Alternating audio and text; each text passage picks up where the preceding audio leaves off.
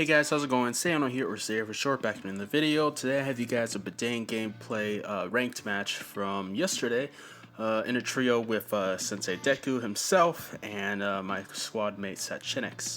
We actually decided to go 1-3-1 HELCURT for this game, but Sach is not very good under pressure, so he much prefers to bot lane HELCURT or top lane HELCURT. Actually, no, he prefers bot lane HELCURT because he doesn't want to fight against a marksman and a tank on top lane. So we forced him to do 1-3-1 though because he needs to improve, and yeah, that doesn't really go so well in this match. He's just really not used to playing 1-3-1. Too much pressure for him. I actually put Deku on top here myself because I wanted bot lane, because while there's nothing wrong with going top as Badang, like it would actually be more optimal to go top as Badang, but there is an innate risk to go into top, right? Top lane is all about like risk reward. You can either get out of there with a huge lead, right, if you outplay them or like something like that. For example, one thing you can do with Badang is invade their red, flicker wall, invade their red, and it works out pretty well half the time.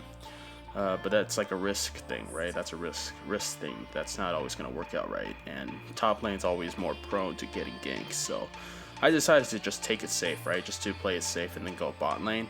That being said, I do get messed up by this Jawhead pretty badly here early game, if I remember correctly. Oh yeah, bot lane's also better for better in the case if you want to build jungle stacks with Badang, which is something I do in this match. That is something I don't do very often. I'm not usually able to get a lot of jungle stacks, especially if I go top lane, but if I go bot lane I can get a fairly decent amount of jungle stacks, and that's exactly what I did. Alright, so pretty decent game so far right now. Sach is doing well over there, but I believe, yeah, they just got marked. They just got marked, but it was a good trade though. Getting Mino killed for Ling kill is definitely a good trade. I just wish that Sach was the one to get it because he does have Bounty Hunter, and we are actually going to lose mid there because they're just pressuring mid to hell. I think I actually do die here. Well, no, sometime soon. I die like sometime soon. Maybe it is here, but I get messed up by this Jawhead. I decided, yep, I was right here. I'm pretty sure I was right here. Yeah. Yep, yeah, I was right here. So basically what I should have done right there is actually wall him back, use my skill 2 towards him. If I use my skill 2 towards him and then use my skill 1 basic and then ultimate, I might have actually been able to kill him. If not, the other option there was, use my skill 2 to run away, but instead of waiting so long to use my skill 1 and ultimate, I actually wanted to push him towards the tower and try to outplay him.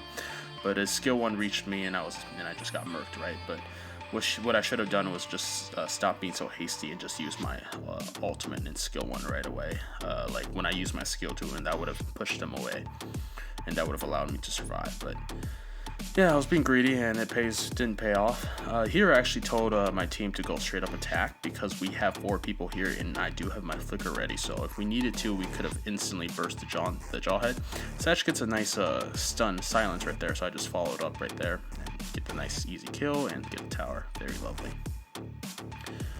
I was planning to flicker engage the Jawhead, but there wasn't like a really good needed opening because he was playing pretty cautious. He wasn't like in the tower or anything like that, so there was no need for me to go in on him. Here I actually wanted to steal Ling's buff because, without blue buff, Ling is pretty garbage. I went in and used my ult right there, which is a pretty bad idea.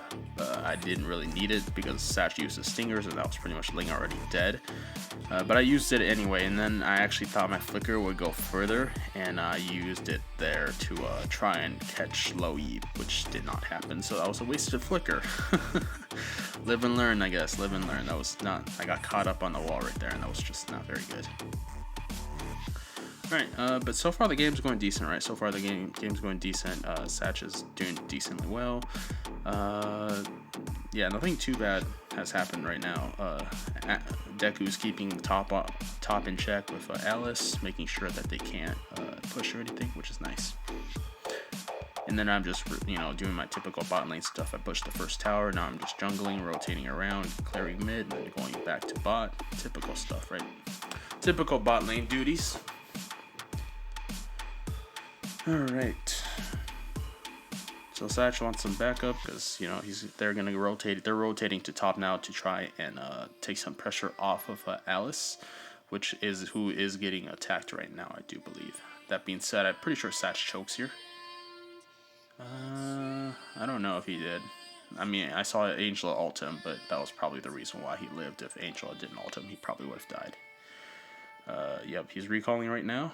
This is the moment where I take down Jawhead actually. So get the skill 1 stun off and all that. I actually get very low here, but I saw that he was towards the wall, so I just decided to go all in on him and take him out. He almost killed me there with that petrified, but I had enough HP to the point where I was pretty comfortable, so I just punched him to death right there. Because I did have my flicker to get away if I really needed to, but I felt pretty comfortable taking him on. So right here, Ling's blue buff was about to come up, and originally I was gonna stay in the bush here and just ambush him, but Sach told me that Ling actually like recalled all the way back to base. So I was like, oh, if he recalled all the way back, I have time. So I just started taking the jungle, but unfortunately for me, Ling did not recall. He was still around, but he was pretty low, so I decided to try and catch him, but he managed to get onto the wall. He managed to do his thing. Blah blah blah. I was not able to get blue, but we did manage to kill him. Sach managed to come in on time to get the silence off. I just ulted for my life right there, which worked out pretty well. And nobody saw that flicker. I don't know why I pressed it. I was pretty sure it was just like a misclick drag, but it happens, and I just wasted flicker. But yeah, at this point in time, Sach is still doing pretty well, but the thing with a HELCURT 131 is HELCURT has a lot of power, but his pressure is like not as strong. Like here's the thing with HELCURT, his sustain is not as strong, not his pressure. His pressure is powerful as hell. Especially towards mages, you just get silenced, you just get murked basically. And late game HELCURT's very threatening because he could just run crits and he could just murk you without needing to land stingers or anything like that. Just single you out, silence you, just murk you. But the problem with a 131 HELCURT is if your offlaners aren't doing so good, you're gonna have trouble because the HELCURT does not have sustain, which is what we see here happening later on towards the game, where Sach is just not able to get everything done because he doesn't quite have the sustain. So I have to pick things up a bit here. I don't know what Lolly was doing here. She decided to come in and she got murked. Ling was patient, which paid off. If he also went in right there, he would have gotten destroyed. Low E being Cancer, CCing all of us and doing a pretty good amount of damage. So yeah. Just rotating around now, keeping an eye on the map, keeping an eye for Ling. As you can see, I'm just making sure that Ling, making sure he's in my sight. His blue buff should be resetting soon, I'm pretty sure. Okay, I don't know, but I see that low E is alone now. I see that Jawhead and Ling are both gone, and that low E is alone. So I told Sach to go in on her right now, and that's what we did. Sach didn't end up even getting a hit off. Unfortunately, he got murked by her circles, but I was able to finish her myself, so that was nice.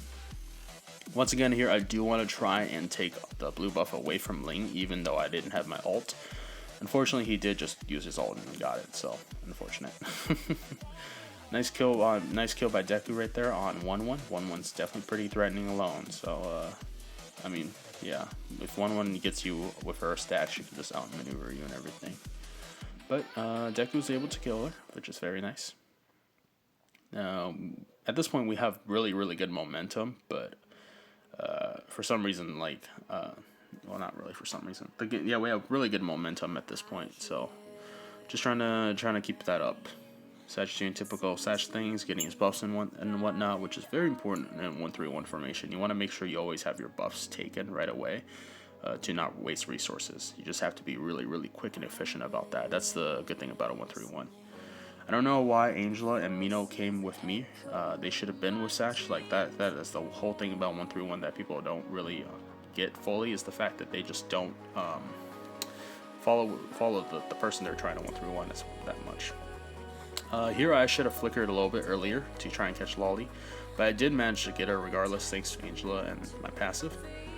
Dodge the Ling stuff. Sach goes in here. He gets a kill on Ling, which is good for him, but he thought we were taking tower damage, which we were not. We were dealing with 1-1 who just popped off and just murked us pretty badly. So yeah, at this point it's like we're not close to losing, but for some reason there is like our pressure, our momentum has definitely been shut down quite a bit right there. So that was very unfortunate.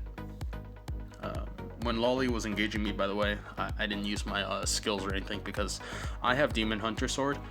She doesn't do that much damage. I can just punch her to death, so that's what I did. I just punched her to death, waited for a better opportunity to use my skills, which I did. Fortunately, I was not able to catch 1-1 in the wall or low E, but that would have been pretty smooth. Alright, just keep on moving here. Yeah, Mino's keeping an eye on the map, wanting to get Ling's buff, but Ling already got it, which is unfortunate. I was telling Sach that we should maybe cut off 1-1, but she's too far ahead, so we couldn't really cut her off there. At this point, I'm like searching for a kill and an engage, which is not the best choice. I told Sach that we could probably lower it and that we could probably, they probably couldn't contest us. In which case, we were sort of right, but they responded pretty quickly. Like, they came to Lord very, very quickly, which was troublesome because Ling has Retribution and all his ultimate and everything. I back off a little bit here, try to get a better positioning, but Mino actually gets a really, really nice ult in there, so I have to follow up with my own. And this is where we get our Lord stolen. I basically spazzed out right there. I don't know what my targeting was stuck on, but it was stuck on something. Ling almost manages to get away, but I managed to punch him to death with my skill 1. We did lose Lord though, so it's a little unfortunate, but we're doing decent. 1-1 does her cheeky little thing there, but also gets stuck on targeting. I don't know what she was trying to target, but she gets stuck on it, and we were able to get away. We get that tower, and it's like, all right, we need to take care of Lord before anything bad happens, before they start split pushing and pushing with Lord and all that. So we're just gonna address it right away, take care of it. So that's what I started doing. I just start basic attacking the Lord, punching it to death. But I didn't actually see the map there, but then I looked over. I was like, oh, they're followed up, and so I just went in, get a nice ultimate on Lolly. I do punch 1-1 a bit. I think she had Flicker. She either had Flicker or she just jumped away with her passive, which is very unfortunate. But 1-1 do be like that. 1-1's very annoying to deal with. You can't really just alter it because she will just side jump you. So she actually does a very nice camp right there and just basically murks me. But I saw that Angel actually ulted me, and then I knew I had to go in. It was like the opportunity was too nice. I didn't even have ultimate until like right there. So I went in knowing the fact that I did not have ultimate. I went in with a skill 2. Well, I went in with a Flicker skill 2 plus skill 1, and then I waited like 2 seconds before I used skill 2. But it actually worked out very nicely.